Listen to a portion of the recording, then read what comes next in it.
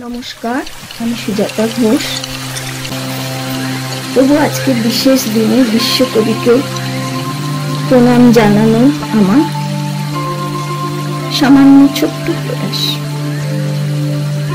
রবীন্দ্রনাথ ঠাকুরের সোনার তরী কবিতাটি পাঠ করছি।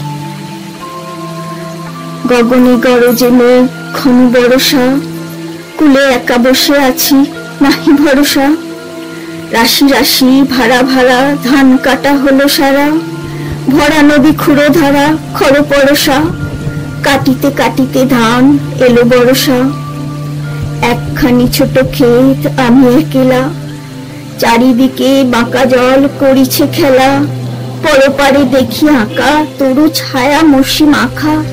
গ্রামখানি মেঘে ঢাকা প্রভাত বেলা, এপারেতে ছোট ক্ষেত আমি একেলা।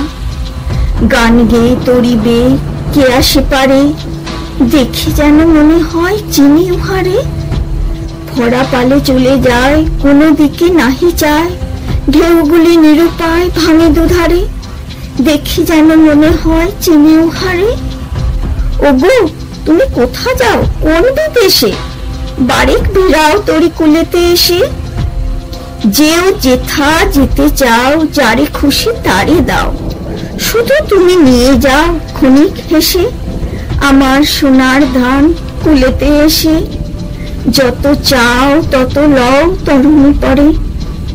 আরো আছে আরো নাই দিয়েছি ভরে, এতকাল নদী কুলে যাহা লয়েছিনু ভুলে, সকলে দিলেন তুলে থরে বিথরে।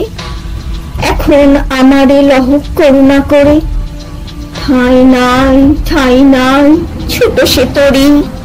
আমারই সোনার ধানে গিয়েছে ভরি, শ্রাবণ গগন ঘিরে ঘন মেঘ ঘুরে ফিরে। শূন্য নদীর তীরে রহিম পড়ে, যাহা ছিল নিয়ে গেল সোনার তরি।